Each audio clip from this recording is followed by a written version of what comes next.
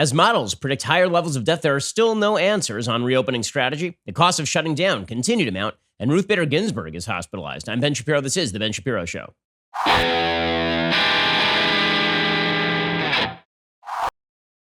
The Ben Shapiro Show is sponsored by ExpressVPN. Surf the web with peace of mind. Sign up right now at expressvpn.com/Ben. Before we begin, I want to take a moment to give a shout out to all of our advertising partners who help make this show possible. Obviously, during down economic times, it is very difficult for everybody, particularly people who are in the viewing audience and the listening audience, to patronize our advertisers. They really appreciate it. We really appreciate it. We got to keep business going in this country, and our advertisers make it possible for us to continue to bring you the news and commentary you want each and every day. Speaking of which, right now, it is fairly obvious that the markets are volatile. We don't know what the future is going to hold. One thing that we can fairly bet is that at some point, the government is going to have to tax or inflate its way out of the debts it is currently sustaining. This is why you should be diversified at least a little bit into precious metals. Over 26 million people have now lost their jobs, upward of 30 actually, from the economic fallout of coronavirus. Even with the stock market having a slight recovery, we don't know the long-term impact of this many workers being displaced all at once. That's only going to be felt over time. We have no idea what's going to happen next. So what exactly would be the prudent thing to do? Well, diversify. Think of the position you would be in now if you had diversified into gold or silver a little bit earlier. Well, you can still do it right now, and it's a smart idea to at least be diversified some. Before May 31st, with a qualifying purchase, Birch Gold will help you do this and give you a free emergency kit as well. This backpack is absolutely loaded with everything you can't buy right now, so safeguard your savings with Birch Gold. They will help safeguard your family like they did mine. No obligation. You got nothing to lose to take that first step. I trust the folks over at Birch Gold. I've known them for quite a while. Birch Gold Group has thousands of satisfied customers, countless 5-star reviews, and A+ rating with the Better Business Bureau. Don't wait until the market drops again to protect your hard-earned savings and get that free emergency kit. Again, check them out over at Birch Gold Group. All you have to do is text Ben to 474747 to diversify today. Again, text my name Ben to 474747. That's my name Ben to 474747. Ask all of your questions to my friends over at Birch Gold Group and then get started diversifying your asset base. All righty. So the big question, obviously, in all of this COVID-19 situation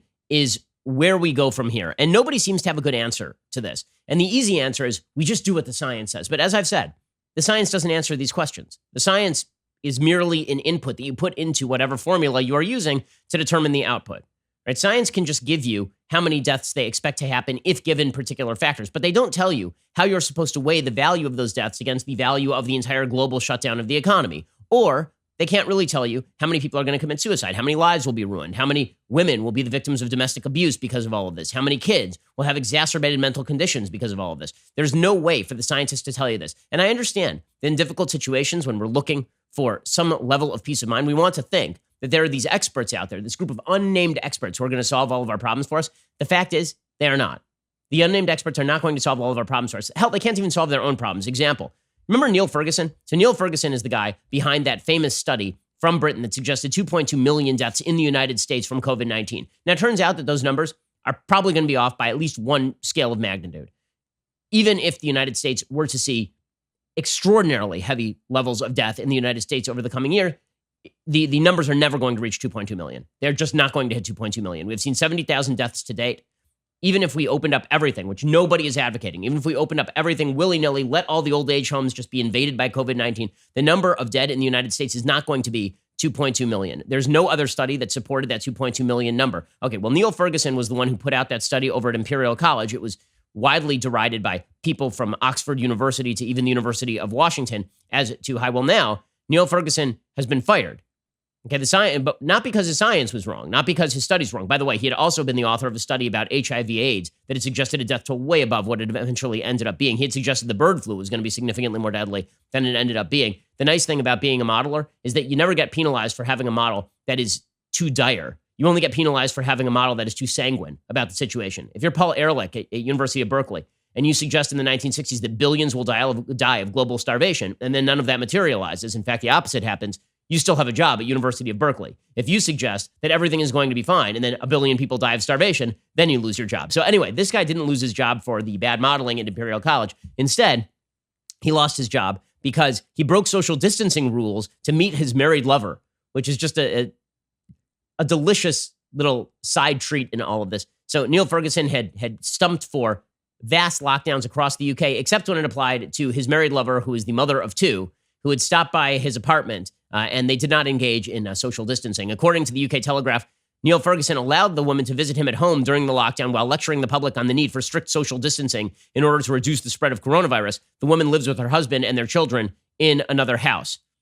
So good times over in Great Britain.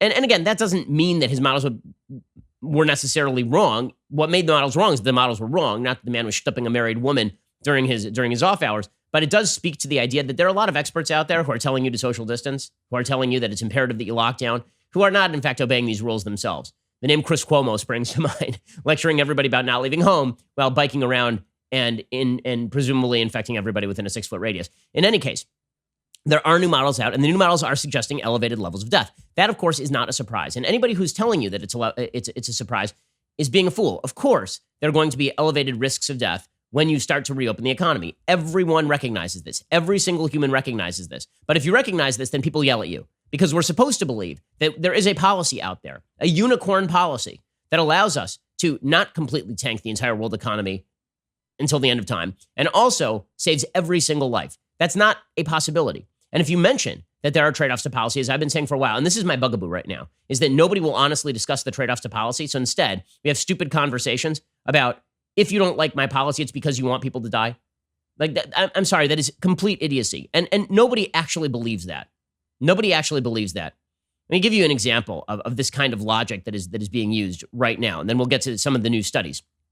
So Andrew Cuomo yesterday, he was talking about how you make the calculation in New York to reopen. And he said that a human life is priceless. Well, on a moral level, of course a human life is priceless. Of course a human life is priceless. But on a political policy-making level, we make risk calculations about the risks we are willing to undertake in public life literally all the time. All the time. Every element of policy is like this. If Andrew Cuomo really believed in public policy terms, not in moral terms, in public policy terms, that you have to mitigate the risk to every human life down to zero, he could never discuss reopening because there is no bar that would be low enough to clear for that. Right? So here is Andrew Cuomo yesterday suggesting a human life is priceless, period. But if that were the case, he could never reopen, including in upstate New York, including in rural areas, because anytime you tell people they can leave their homes, you have increased their risk. So here's Andrew Cuomo yesterday. This is, again, the if it just saves one life logic is not political logic. It is simply posturing and demagoguery. Here is Andrew Cuomo yesterday. There's a cost of staying closed. There's also a cost of reopening quickly.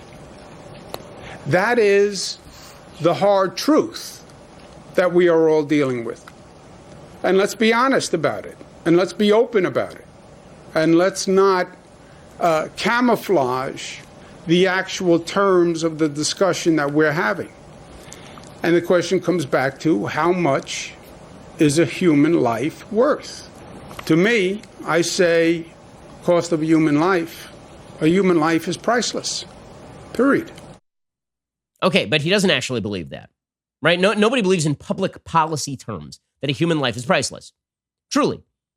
Now, a human life is priceless in moral terms, in meaning that we have to prohibit murder, right? We have to prohibit, people have said, when I point this out, that in public policy, we actually calculate the value of human lives on actuarial tables, right? We actually do this. It's called quality adjusted life years. It is a chief factor in every calculation we ever do about public policy. Because if we actually believed that every human life was quote unquote priceless in public policy terms, we would put you in a plastic bubble and leave you there and feed you through a feeding tube, presumably. But when it comes to protecting human life from others' predations, right, that would be like abortion, for example, then of course there's no countervailing cost in terms of stopping people from killing other people, right? You may think that there's a priority to a woman being able to kill an unborn child. I do not think that that is a priority.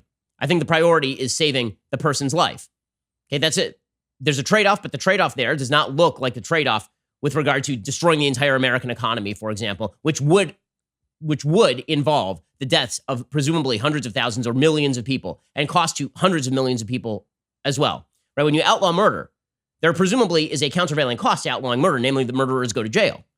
Right? But that is not a cost that stacks up against the loss of human life when it comes to public policy making. Every human life is priceless in the sense that you cannot deliberately take the life of another human being. But in terms of what levels of risk are we willing to tolerate as a society in order to live free, there the answer is, well, it's not quite priceless because you are then asked to value your own life. And we as a society are asked to make the decision as to what levels of risk we're willing to tolerate for everybody in the public sphere. This is the question of public policy. And so it is a cop-out for Andrew Cuomo to say every life is priceless when it comes to policymaking. Because again, he doesn't even believe that. If he believed that, then he wouldn't be opening up at all. There'd be no situation under which you could open up. And so this has become the go-to argument of people who don't even want to have a discussion about reopening or how to reopen in a responsible fashion. This is how you end up with this idiotic tweet with 34,000 retweets from Kumail Nanjiani, a guy from Silicon Valley. I guess he's in one of the new Marvel movies, if eventually we go back to the movies. He tweeted out, after weeks of careful preparation, planning, and strategizing, most of the country has landed on the following approach. Let's just open it all up and see what happens. Not a single governor has settled on that approach. Not one. Not one. There are 0 people who have settled on that approach. I mean, this is like, come on. Nobody's talking about this. But the way that people talk about this in order to avoid the discussion is by suggesting that the alternative to lockdowns are completely opening it up without thinking about how to protect the elderly, without thinking about how to protect nursing homes, without thinking about how to protect the vulnerable. Literally, no one is discussing that. No one. Okay, but at some point, one of the conversations that we are going to have is, again, what level of risk are we willing to tolerate? And in past episodes, I've talked about the need to make those risk calculations with regard to everything from the number of kids in public schools to the speed limits, right? If you wanted to prevent deaths and every life were quote unquote priceless in public policy terms, you would lower the speed limits to 2 miles an hour because elderly people and 16 and 17-year-olds are disproportionately killed in car accidents. We don't do that. We tolerate a certain level of risk in life. Toleration of risk in public policy does assume that we can value certain economic costs against the additional risk that people are going to hurt themselves. This is why you buy insurance. Insurance companies do this for a living every single day. This is what they do. Okay, so this raises a question about the new model. So this is really interesting stuff. There is a new model that is out from the Wharton School at the University of Pennsylvania. This is being reported by CBS Local. They say governors in Pennsylvania, New Jersey, and Delaware have a lot to consider before fully reopening. If they open too quickly, that could result in more deaths, according to a new model from the Wharton School. Reopening states' economies certainly comes with a cost, and that could result in more deaths. But some economists argue not only can you put a value on human life, but they urge elected officials to do just that when making policy decisions. Right, because literally every policy decision does calculate out how much it is going to cost to do X. Right, and that cost can be calculated. The entirety of human life cannot be reduced to a dollar number, obviously. But when you are talking about reducing economic activity to dollar numbers or quality of life to dollar numbers, you are now taking a bunch of things that are larger than dollar numbers and you're reducing it to dollar numbers so that you can actually make a calculation, because otherwise you simply cannot do public policy. So Alex Arnon, a senior analyst at the Penn Wharton budget model, he says the economic costs have been enormous. We are suffering really significant, unprecedented costs as a result of these policies. So they put together this model. Here is what their model says. Scenario 1, you can put that graphic back up because it's actually a useful graphic. Scenario 1, states continue their stay-at-home orders. Right? Everybody stays home. So what they would forecast is 117,000 deaths by the end of June. This is if everybody stays home, right? No, social distancing is not a thing because everybody stays home. Right? We don't have to worry about people getting back out. Okay, so this would be 18.6 million jobs lost. And by the way, the jobs lost plus whatever cost we then take on at the federal government level. We've already spent $7 trillion. $7 trillion. Okay, in reality, you have to figure that if everybody stays home and we lose 18.6 million jobs on a permanent basis, it's not going to be $7 trillion. It'll be $15 trillion, right? We're going to double our cost. But let's assume that those $7 trillion are enough to tide us over for all of the job loss, the 20 million's job lost, if the stay-at-home orders continue until the end of June. So 117,000 deaths. That's scenario 1. Scenario 2 is the partial reopening, right? That is social distancing, 25% reopening in restaurants. We keep the theaters closed. We keep all the public events closed. They say that by the end of June, we'd have 162,000 additional deaths with 14 million job losses, right? So that would be 162,000 deaths if we partially open. And then they say scenario 3 is all the states fully reopen, right? This is the willy-nilly Kumail Nanjiani suggestion that people are going for. There'd be 350,000 deaths and 500,000 jobs lost. So we'd save about 18.1 million jobs, right? We would lose an additional 232 million lives, and we'd save about 18.1 million jobs. So for every life lost, so you get about 18.1 million divided by 232,000. Basically, for every life lost, you would save 78 jobs under that calculation, right? That's the calculation. So this is the Wharton School calculation. Now, the more interesting calculation comes about when you look at what they value human life. Okay, so pre-COVID-19, the Center for Disease Control did this, right? The Center for Disease Control actually had calculations where they determined the quote-unquote value of human life in economic terms, like how much it costs to the economy if somebody dies when they are young, for example. And other federal agencies, their baseline was roughly, on average, $10 million a person.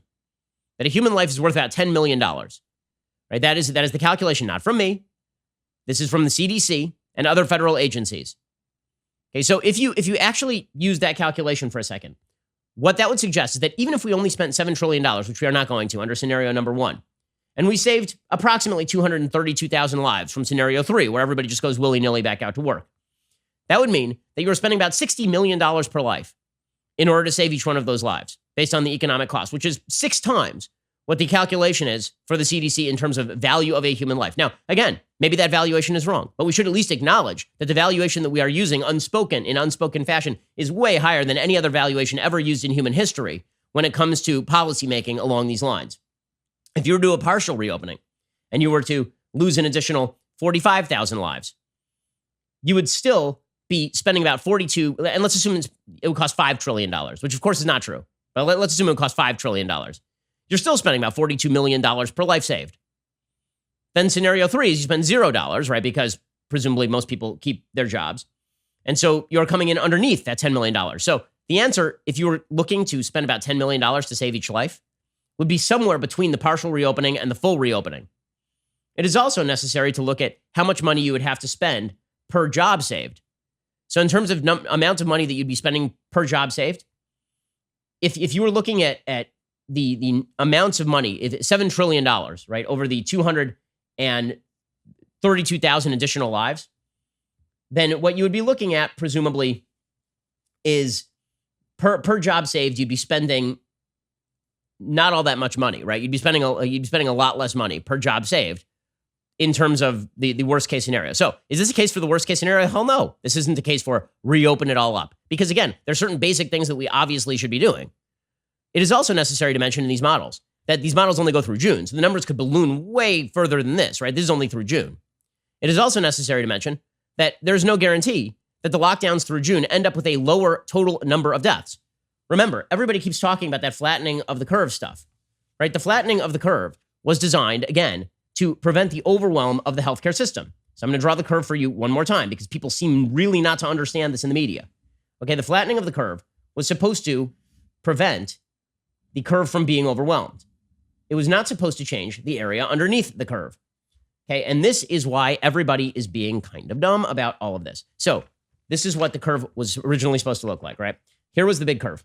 This is the big curve right here. If you can watch this, you can see it on the left side of the left hand. Let's see, it would be your left hand side of the page. On your left hand side of the page, you can see the big spike. The line is the medical capacity, and then here is the lower curve. The lower curve is supposed to stay below that line. Great. The actual area, the shaded area that I'm about to shade in right here, okay, that is the number of deaths total. Okay, that is the number of deaths total, or the number of infections total, rather. Okay, so this does not, so the number of infections total is going to be the same over time. Okay, recognize that. So if this thing is as deadly as it's going to be and we don't overwhelm the healthcare system, what people were worried about was specifically this area above the line. These would be excess deaths. But in terms of total number of infections, the total number of infections is going to be exactly the same. So when we look at those models that look through June, that is not enough. You would actually have to look at the model through the extent of the year and then decide on economic costs here. These are all the calculations that actually go into the calculations. But it's important to note them because no one is willing to discuss this stuff out loud. It is politically unpalatable to discuss this stuff out loud, which means that the policy is going to end up being really stupid. That's what it ends up meaning, that the policy is going to end up being super dumb. Because if you can't discuss out loud the actual considerations that are going in, what you end up with is, on the one hand, the posturing of people who suggest that they're going to save every life. Andrew Cuomo is not going to save every life. The dumbass just started cleaning the subways 5 seconds ago. It's May, guys. It's May. They shut down everything in March except the subways, the chief incubator for this thing. They only started cleaning the subway systems at night now, like yesterday. But he's saying he's out there saving every life. Of course, that is not true. Of course, that is not true. But we've reduced our conversation to the dumbest possible point. We're going to start having to have these tough conversations about when to reopen, what the actual costs are, what are the monetary costs, whether we are using anything besides gut. It's so funny. People say data and science and Trump is using his gut about reopening. I'll tell you who's using their gut about reopening. People who refuse to even have the conversation about mathematical values that are used in every other actuarial investigation of every other policy in human history. Frankly, it's ridiculous. It's ridiculous. You have to make these calculations because there is no other way to make the calculations. Otherwise, you are just reduced to, my gut is that we should just stay in. Until when? I don't know. Until what happens? Meh. What are the costs? Well, it doesn't matter. Every human life is priceless. That is not policymaking. That is posturing, political posturing. Okay, we'll get to more of this in just 1 second. First, let's talk about the reality, which is that the future is really, really unpredictable. And this is why you need life insurance. Very important for you to insure against the possibility of bad things happening in the future. You know who can do that life insurance for you? Life insurance companies who do actuarial calculations about how much to pay you in case, God forbid, you should plot. You can take advantage of their acumen by going to PolicyGenius.com. PolicyGenius.com is an insurance marketplace. There's a big demand for life insurance right now. So if you're looking to get life insurance, here's how they can help. PolicyGenius compares quotes from the top life insurance companies in one place. It takes just a few minutes to compare quotes from the top insurers to find your best price. This doesn't just save a lot of legwork. You could save $1,500 or more a year by using PolicyGenius to compare life insurance policies. Once you apply, the PolicyGenius team will handle all the paperwork and the red tape for free. They're in contact with life insurance companies every day, monitoring developments and helping customers navigate every single step. There's no reason to wait on something as important as life insurance. Head on over to PolicyGenius right now. They will find you the best rate and handle the process completely. You can stop worrying about life insurance, get back to baking your sourdough bread or adopting a pet or something. But you can get rid of the life insurance thing on your insurance checklist right now by going to PolicyGenius.com. Head on over to PolicyGenius.com. Okay, so President Trump is getting all sorts of flack for mentioning the fact that it is indeed time to open and that we are going to have to figure out how to reopen in decent fashion. The Texas Governor Greg Abbott is taking a hit. So here's Trump yesterday mentioning, yeah, we can't keep this closed forever. It's kind of time to open. I'm viewing our great citizens of this country to a certain extent and to a large extent as warriors. They're warriors. We can't keep our country closed. We have to open our country. One day they said, we have to close our country. Well, now it's time to open it up. And you know what? The people of our country are warriors, and I'm looking at it. I'm not saying anything is perfect. And yes, will some people be affected? Yes. Will some people be affected badly? Yes. But we have to get our country open, and we have to get it open soon. Okay, Trump is correct about this, and he says the shutdown is going to kill people too. Yes, this is also true. This is obviously true. Apparently, the call-ins to suicide hotlines are up 1,000%. Apparently, people are not going in for chemo treatments. Those quote-unquote elective surgeries that actually help people's quality of life, including the elderly, those are not being performed. Medical personnel are being laid off across the country when these hospitals are not even near capacity because people are not performing elective surgeries. Here's Trump mentioning all of this, but apparently it's very bad to mention this. If you mention this, you're a bad, bad man. President Trump's a bad, bad. Like, this is the dumbest form of our political conversation. It is so stupid because no alternative has actually been provided. None. I'm sorry. Lockdown is not an alternative. Full-time lockdown forever until the end of time with no schooling, with no summer camps, with no work. None of this is a reality. But it's very easy to sit in your corner and just shout, you don't care about human life. You don't care about human life. As we'll see in a second, there's an actual New York Times columnist who's suggesting the problem here is American freedom. I have a feeling this person had a problem with American freedom long before the pandemic. Here is President Trump talking about how the shutdown will kill people too. The fact that we're letting people go to their jobs, they have to do it. You know, if they held people any longer with the shutdowns, and you're going to lose people that way too, and you already have, I'm sure. But between drug abuse and, they say suicide, a lot of different things. There's no win, just so you know, there's no great win one way or the other. Okay, so President Trump is right about this. Also, the Texas Governor Greg Abbott, who's ripped up and down because he was on a phone call apparently, and on this private phone call, Greg Abbott suggested that, you know what, if we reopen, that's going to add risk. Yeah, no bleep, Sherlock. Like, this is the basic premise of a lockdown. The whole if going back to work doesn't add a risk, why did we lock down? Seriously, like that would be the question. The counter question is, were we not supposed to expect additional risk when we go out? Of course we're supposed to expect additional risk. The question is, which populations are least likely to suffer from the additional risk? I will give you the answer. Young people, healthy people, children. That's your answer. Those people are not very likely. When I say not very likely, I mean exorbitantly unlikely to die of COVID-19. And to pretend that everybody is equally susceptible or that you cannot open in responsible fashion, namely by starting by protecting nursing homes, which have been responsible for 40 to 50% of all deaths in the EU and in California. In New York, a lot of people have been dying in their apartments because nursing homes in New York City are not like a huge thing. They're kind of bigger across the state because of the heavy population.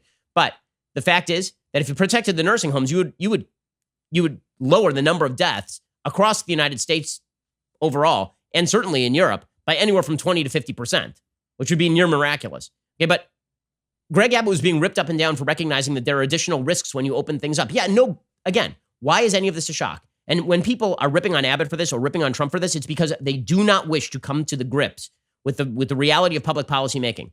Instead, they're involved in this idiotic political calculation that suggests that we're all supposed to pretend that public policy has no trade-offs. This is my bugaboo. It drives me up a wall. It's what makes nonpartisan issues like risk calculation into partisan issues. When you suggest that people actually want people to die in order to reopen the economy. Absolute idiocy. Here was Greg Abbott yesterday.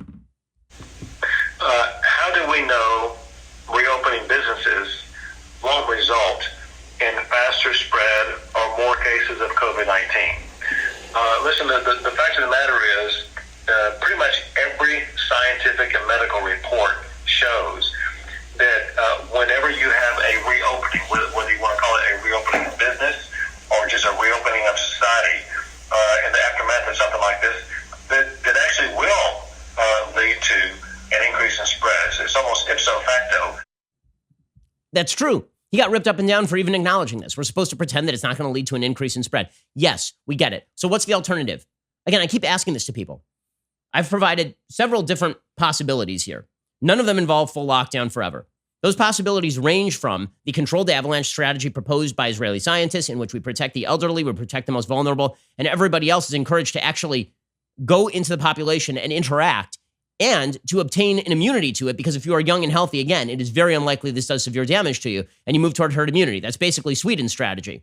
In controlled fashion, meaning that you still do some social distancing, but the reality is that over time you actually want people to get this so it moves through the population, get herd immunity. That's possibility number one. Possibility number two, you go out, you continue to socially distance, you wear a mask, you do protect the nursing homes, the economy really takes a hit, like a more severe hit than it would otherwise, and it takes longer to reach herd immunity, but at least you haven't killed that many people in terms of the increased risk in the amount of times it takes to develop a therapeutic or a vaccine. Right, is that you're hoping for a real change on the ground. Those are a couple possibilities. I'll tell you what's not a possibility, keeping it going like this.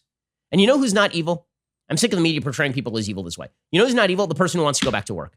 This is such crap. It's utter, absolute, nonsensical crap.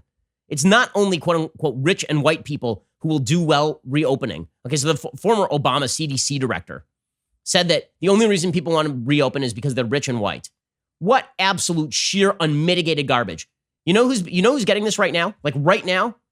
A lot of the essential workers. You know what's happening with the essential workers? Many of them are disproportionately. The essential workers, particularly in the healthcare industry, like nurses or delivery people, disproportionately minority and poor. Those people are already out interacting. Those people are already getting COVID. The people we're talking about going back to work are largely not blue-collar workers. And the people who are finding it very easy to say shut down forever are people who can sit in their basement with a step-in repeat behind them on CNN and get paid. I have it easy. I can lock down basically forever. I can. I mean, the reality is that my job does not require me to leave my house. But let me tell you a story. That ain't true for 90% of the population. It is not rich white people who benefit from the ends of the lockdown. The rich white people are rich. They have money. The people who benefit from the end of the lockdown are all the people who are losing their jobs, all the people who can't keep their small business afloat. This is the most demagogic nonsense. Dr. Richard Besser, former acting director of the CDC. What's not being done? We don't have the testing capacity now to know where this disease is. We haven't scaled up the thousands and thousands of contact tracers that we need. We don't provide safe places for people to isolate or quarantine if they're identified as either having an infection or being in contact. We are saying if you have money and you're white, you can do well here. If you're not, good luck to you. That is such nonsense. It's such absolute nonsense. We should be protecting people. If they get sick, they should be able to go home. They should get paid leave from the government, unemployment insurance, or whatever it is. No one wants people to die. We have to acknowledge that there are trade-offs to public policy, but apparently we're never going to acknowledge this. And this is how you end up with the stupidity of a Dallas salon owner getting 7 days in jail for reopening. Okay, in Texas, where Greg Abbott is supposedly willy-nilly reopening everything. That's not what's happening. That's not what's happening. There's a woman named Shelley Luther. She defied local and state orders and a judge's restraining order. She operated her business during the pandemic. What exactly did she do? She went into her salon a la mode, and she opened it, and she was taken into custody. Her business was deemed non-essential, which of course is nonsense. The government should not be able to deem your business non-essential. It was forced to close March 22nd after the county enacted its stay-at-home order. She reopened the salon April 24th, tore up a cease and desist letter from the county judge Clay Jenkins. The temporary restraining order was signed April 28th. She said she had not earned any income since the county's stay-at-home order was set in March. She said that she applied for one of the federal loans, but didn't receive it for weeks. She said, I couldn't feed my family. My stylist couldn't feed their families. So before Luther was sentenced to a week in jail, the judge gave her an opportunity to apologize and promise not to reopen her salon until she was allowed to do so. And here was her answer in court. I've never been in this position before, and it's not some place that I want to be. But I have to disagree with you, sir, when you say that I'm selfish, because feeding my kids is not selfish. I have hairstylists that are going hungry because they'd rather feed their kids. So, sir, if you think the law is more important than kids getting fed, then please go ahead with your decision, but I am not going to shut the salon. Okay, and she, by the way, she was willing to socially distance inside the salon. She was willing to do mask wearing inside the salon. The only difference between what she was jailed for and not being in jail was 1 week. Because by the end of the week, guess what Texas is doing? They're opening up all the salons with social distancing and with mask wearing. This is nonsense. I'm sorry, this is absolute nonsense. And it does betray, for a certain group of people in the United States, a real feeling that is antithetical to freedom itself. I'll give you an example of this from a columnist at the New York Times momentarily. First, let us talk about the simple fact that the job market right now is a bit of a mess. If you need a job, the best place you can go is ZipRecruiter. And if you're looking to hire, ZipRecruiter is going to be the best way for you to find the best qualified employees. ZipRecruiter is doing deeply important work right now at a time when the job market is in complete flux. As we move back into normalization, ZipRecruiter is going to become more and more important. Go register over there right now at ZipRecruiter.com/worktogether. ZipRecruiter's app will send you up-to-date job openings so you can be one of the first to apply. And if you're actively hiring, ZipRecruiter will invite candidates to apply to your most urgent roles, making it faster and easier to reach the people you need. By connecting people who need jobs and companies that need people, ZipRecruiter is working with all of us so we can continue to move forward. So we should work together. ZipRecruiter.com/worktogether. Deeply important to get people who need jobs connected with people who want to hire them. ZipRecruiter is doing that every day. They can make your business better. They can make your job experience better by allowing you to get the job that you need. Go check them out right now at ZipRecruiter.com/worktogether. ZipRecruiter.com/worktogether. They are focusing on the important things in the middle of the most volatile job market in American history. ZipRecruiter.com/worktogether. Alrighty, we're going to get to more of this because, again, undergirding a lot of the arguments or non-arguments about public policy here is an actual antipathy toward American freedom. I'll give you a perfect example of this in just a moment. First, I want to take a moment to tell you about the Daily Wire's newest, most exclusive membership tier, the All Access Insider. The All Access Insider membership tier is our premier level of membership. All Access members get the benefits of our other membership tiers, including an ad-free website experience, access to all of our live broadcasts and show library, access to the show's mailbags, and the full 3 hours of The Ben Shapiro Show, along with dedicated editorials from moi. All Access members also get other amazing benefits, including, of course, the singular, irreplaceable leftist tiers Tumblr. They also get to join live, exclusive online Q&As, our Daily Wire discussion feature, available on both the website and the Daily Wire app. You also get to participate in All Access Live. That is our brand new interactive programming featuring one of the Daily Wire hosts as we hang out with you each night, and we're just goofy at 8 p.m. Eastern, 5 p.m. Pacific. Earlier this week, it was me wearing a Darth Vader mask and singing show tunes. I know things are getting weird out there. I will be joining you again this Friday afternoon, so head on over to dailywire.com/subscribe to join the Daily Wire's All Access Club with a new membership or an upgrade. Get 10% off with coupon code Shapiro. That is dailywire.com/subscribe. See you there. You are listening to the largest, fastest growing conservative podcast and radio show in the nation.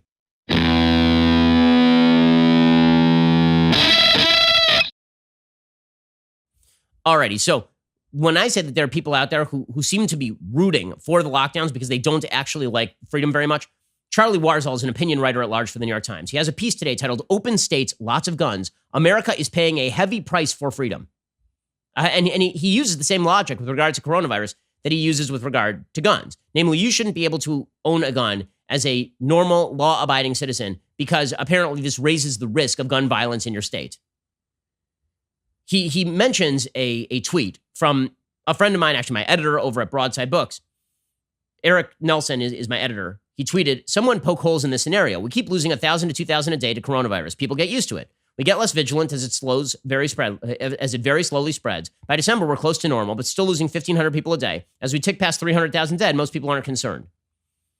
Warzel said, "This hit me like a ton of bricks because of just how plausible it seemed.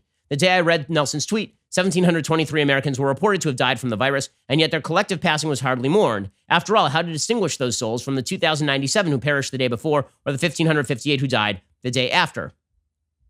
And then he says, "There's a national precedent for Nelson's hypothetical, America's response to gun violence and school shootings." He says, "As a country, we seem resigned to preventable firearm deaths."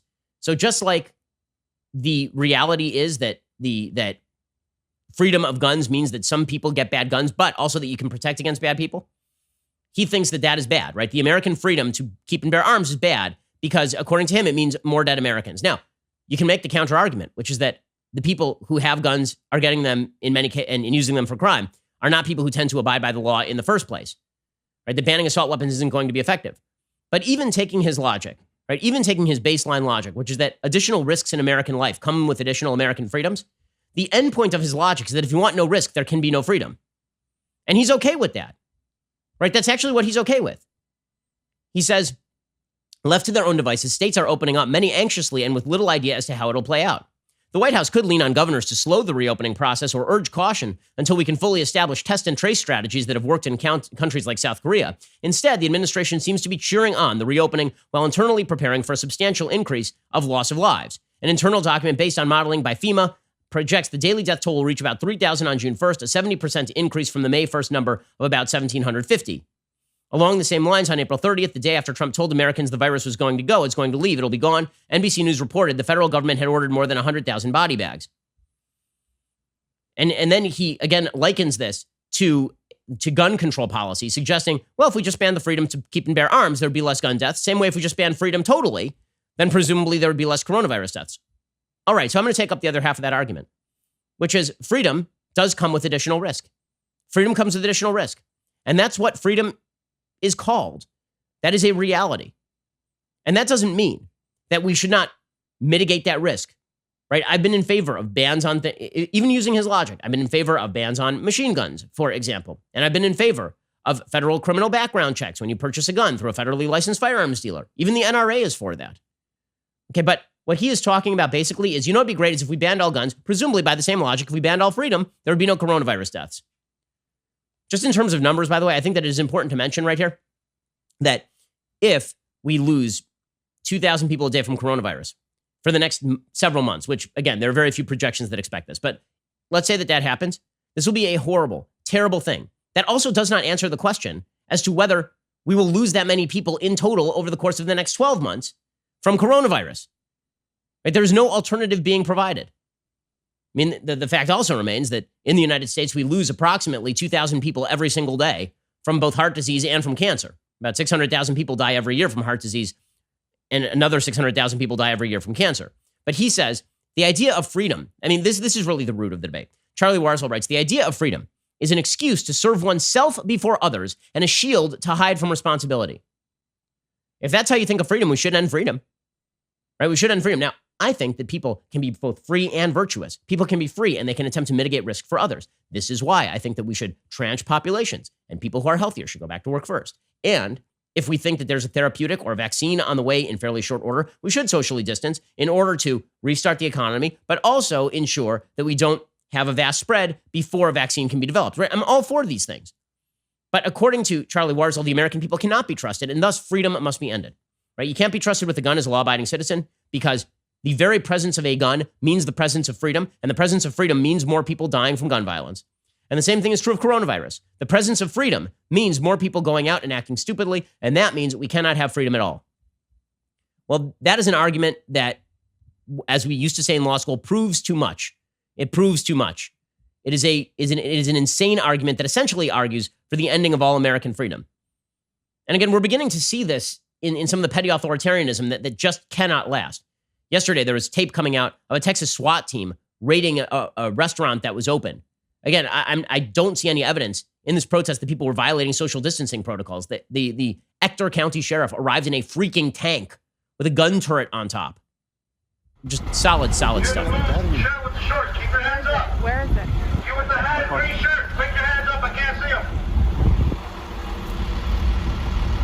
I mean, they're going in with actual guns blazing to people who have an open business. This is, I'm sorry, do those people look like they're super close together to you, or do they look like they're 10 feet apart? Media guy, get back! Media guy in a white shirt, get back!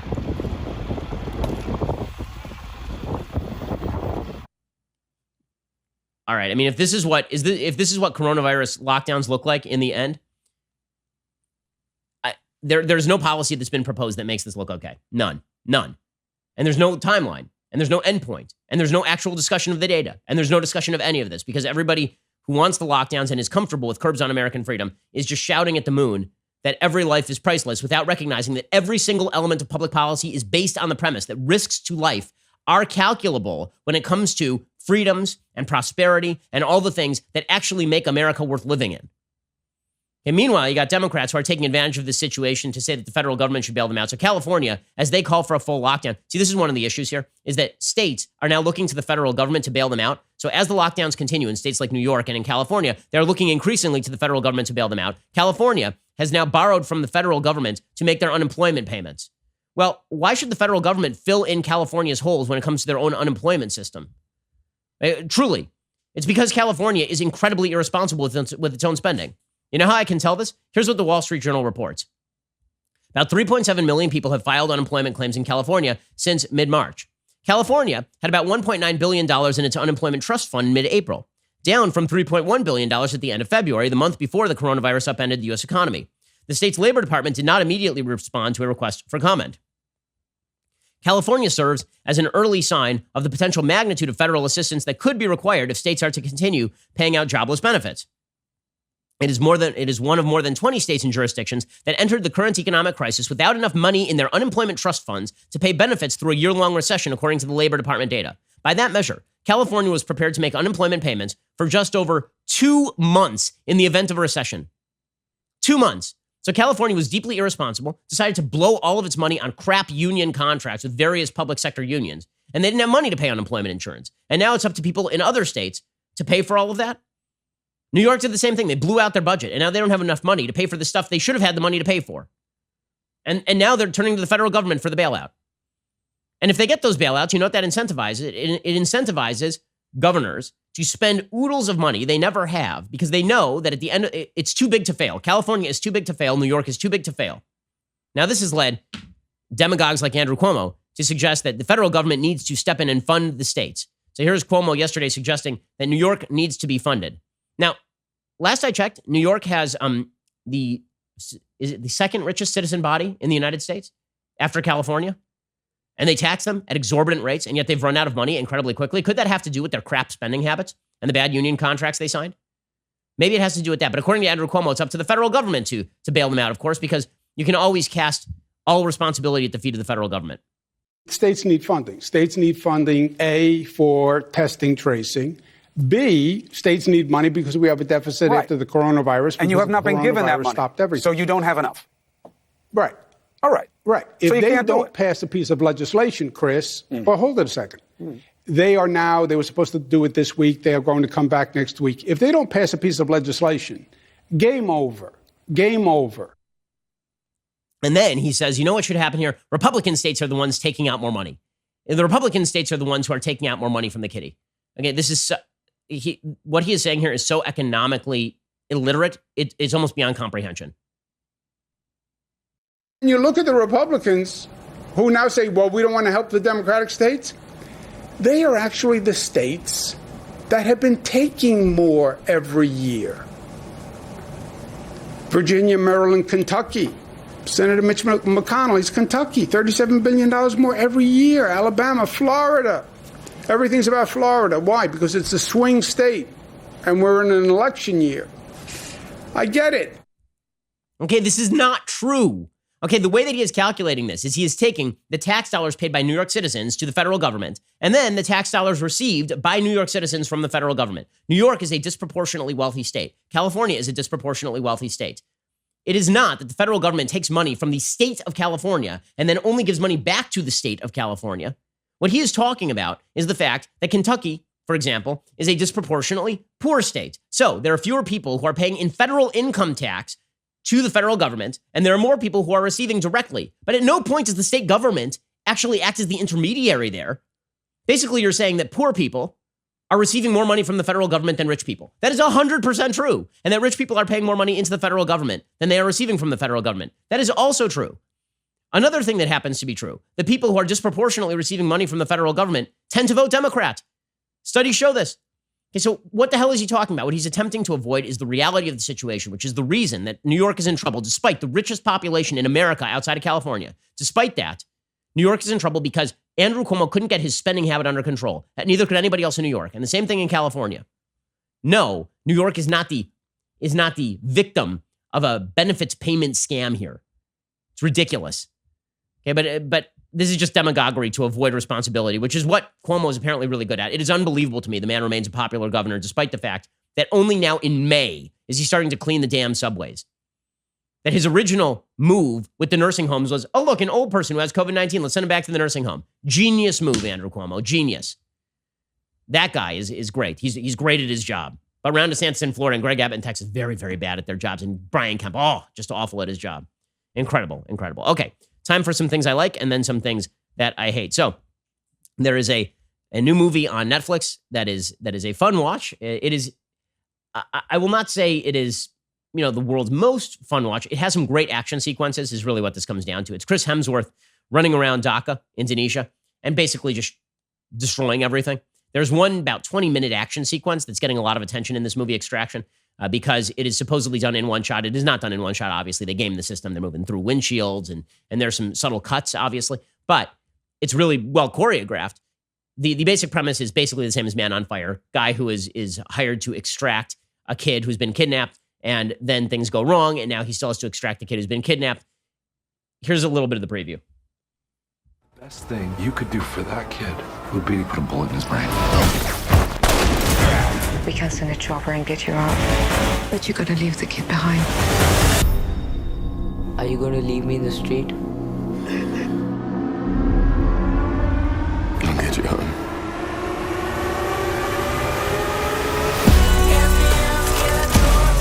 Grab a hold of my vest and hang on as tight as you can. Okay, so the actual best scene in this movie is actually a scene where Chris Hemsworth is forced to face down a herd of child soldiers, because it is just hilarious watching a 6'4" Nordic god basically throw around a bunch of 13-year-old children. That is one of the scenes. It's kind of absurd. The whole movie is kind of absurd. I mean, it's one of those, somehow he is bulletproof. Like, he gets shot and hit by a car in one sequence, and the next day he's basically fine. He's up and moving around. Totally cool. It takes about 9 shots to take him down. Anyway, the movie is worth the watch if you're into action flicks. So you can go check out Extraction. Time for some quick things that I hate. Alrighty, so first of all, there is the story that Ruth Bader Ginsburg has been treated for she had minor surgery for a gallbladder infection. We wish the best to anybody who's in a position of public policy. Obviously, we wish for her long-term health. I also hope that she retires, but she's not going to retire. But we wish for her health. So that is some bad news. But in terms of real things that I hate, so people are going nuts today. They're going nuts today over Betsy DeVos. Betsy DeVos is very evil.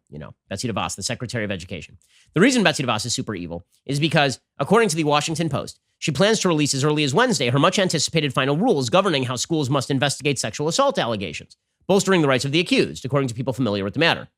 In its broad outlines, the sweeping regulation is unchanged from the proposed version released in 2018, though there were minor adjustments made throughout, according to one person familiar with the matter who was unauthorized to comment publicly and spoke on condition of anonymity.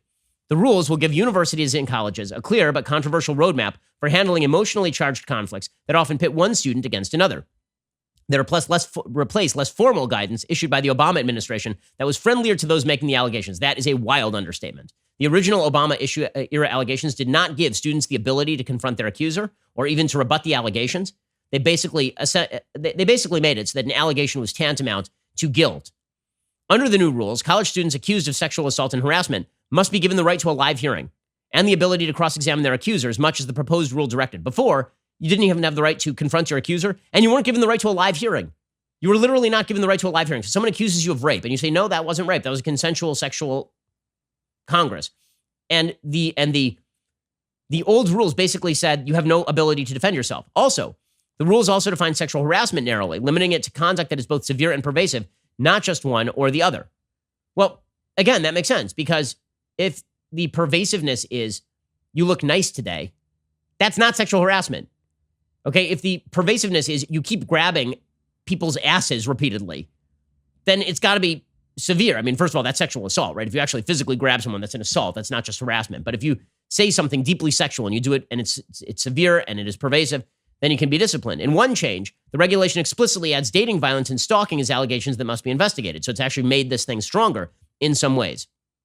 DeVos said the new rules would restore balance in a system that had been skewed in favor of the accusers. Now, this prompted people on the left to become very, very angry, because their suggestion is that Title IX regulations should basically allow people with the allegation alone to go ahead and condemn folks to the purgatory of guilt forever. Right? That was the basic allegation. And people were tweeting about that today. So there were actual tweets that people were issuing about how terrible it was to allow due process in cases like this, which of course is completely crazy, right? Catherine Lamone, who is a civil rights advocate and chair of the USCCR and a legal affairs secretary for Gavin Newsom, the governor of California. She said, Betsy DeVos presides over taking us back to the bad old days that predate my birth, when it was permissible to rape and sexually harass students with impunity. Excuse me? This just says you have a right to defend yourself. It doesn't say that you are not punished for sexual assault or sexual harassment. But Catherine Lamone says, today's students deserve better, including fair protections consistent with law. Okay, this is just, I'm sorry, this is insanity. But it's particular insanity given the fact that the Democrats continue to defend Joe Biden. Because by Joe Biden standards, by his own Title IX standards, that dude's guilty as sin. Right, here's Nancy Pelosi yesterday saying, you know what, I'm not going to answer any more questions on Joe Biden. I'm not going to answer any more questions on these Biden allegations because we're done here. I mean, what is there more to say? Weird, because under Title IX regulations, Joe Biden's guilty as sin and he'd be expelled from college for this, if not for plagiarism. I have said I am proud to support Joe Biden for president. I believe him when he says it didn't happen, but I also believe him when he said let them look into the records, and that's what they should do. But I'm not going to answer this question again. I will just say I have every confidence that Joe Biden will be a great president of the United States.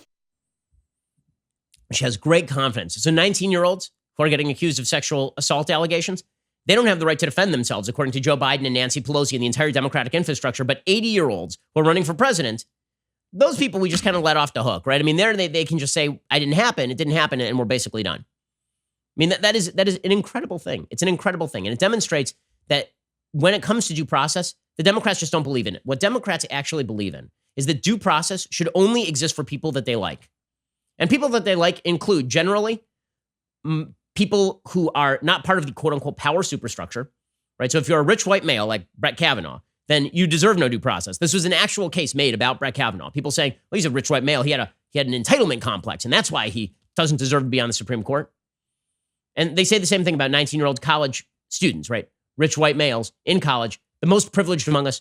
We need to, but if you're a rich white privileged male like Joe Biden and you're running for president, then we sort of let you off the hook.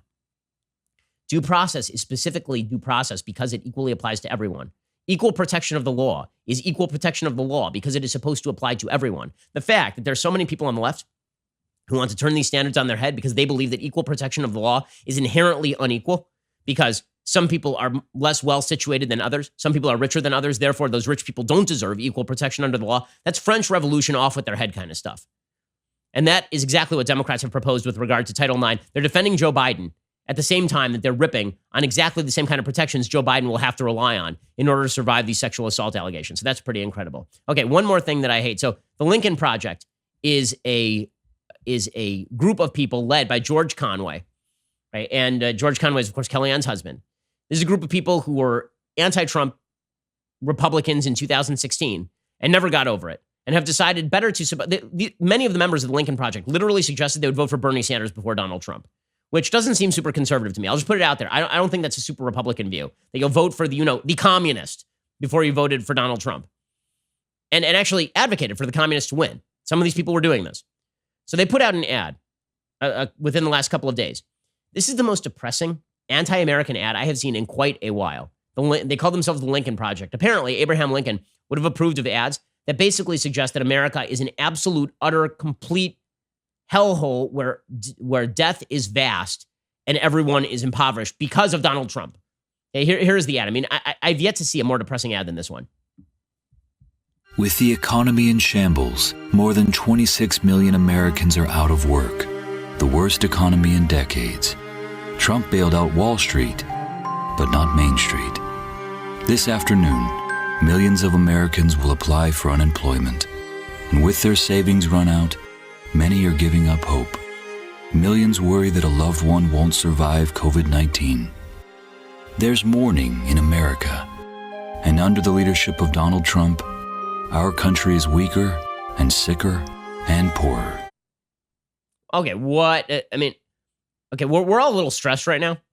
Is this super helpful? Is this super helpful? By the way, if this is the tone Joe Biden goes for, he gets skunked. Because seriously, Americans are not going to abide being told that we are richer and poorer, and that we are sicker and poorer and worse off, and everything is terrible, and we're all dying of COVID-19. What a misfire. What a dramatic misfire. That's the kind of ad that you make, seriously, when you don't care who gets hurt in order for Donald Trump to be thrown out of office. Because the reality is that we're all a little worried right now. You know what'd be good? Some hope. Some hope would be good. And you don't have to credit Trump in creating that hope. George W. Bush didn't when he put out a little video about it. Even Joe Biden hasn't been doing this. The fact that these folks are so vindictive about Trump, that they're going to blame COVID-19 on Trump, that they're going to show pictures of body bags rolling out of morgues and blame that on Trump, it's perverse. It's absolutely perverse. Again, Andrew Cuomo's the governor of New York, guys. Gavin Newsom's the governor of California. The death centers of this country are all happening in blue areas, not just because of bad governance, but also because those are heavily populated areas. This is such a bad strategy, but there are a lot of people who are embracing it because you got to blame Trump for everything. Speaking of which, a lot of people blaming Trump today because President Trump is supposedly thinking about closing down the coronavirus task force. And this is a very bad thing. Now, let's point something out. When it comes to the federal government, you don't actually need task forces. Okay, task forces are a way to posture to the rest of the world. Task forces are a way to say, I'm taking this seriously. It's like when Obama would set up a green jobs czar, right? He would set up a czar. And they're like, oh, well, he's taking it seriously. There's a czar now. Now, the czar was pretty serious last time around, so this czar will be super serious. We'll set up a new Department of Homeland Security. Now we're serious. The same staffers were already in the government. They were just in different departments. Is it good PR for Trump to disband the coronavirus task force in the middle of the coronavirus? No, it's not. This is dumb PR. It is. It's dumb. There's no rationale for it. But on a practical level, is the federal government going to stop caring about COVID-19 because the coronavirus task force has been, quote unquote, disbanded? No, Dr. Fauci will still be meeting with Trump. Dr. Birch will still be meeting with Trump. All these people will still be meeting with Trump. They will still be doing press conferences. But this prompted all sorts of angst yesterday. All sorts of the PR of COVID-19 for the media is far more important than the actual policy. When it comes to the actual policy, they don't want to talk about it because the actual policy would force them to acknowledge trade-offs in policy. They don't like that. Instead, they go to the PR because the PR can be black and white, and the PR is always Trump is awful and evil, and everything he does is terrible. So that means it's supposed to be a super big deal that he's, quote unquote, dissolving the task force. The meetings in the Situation Room of the White House have been shorter. The task force no longer meets every day, according to NBC News. Doctors Deborah Birx and Anthony Fauci are still expected to be at the White House daily, but other members of the task force may be present less frequently. However, sources familiar with the matter noted the task force did meet on Tuesday. And President Trump said, we're now looking at a little bit of a different form. That form is safety and opening. We'll probably have a different group set up for that. He said the mission accomplished is for when it's over. There was no mission accomplished. But apparently, if you call it, for example, the reopening task force, and it's exactly the same people, then you're evil and bad. So here's Jim Acosta all over Donald Trump yesterday about the task force.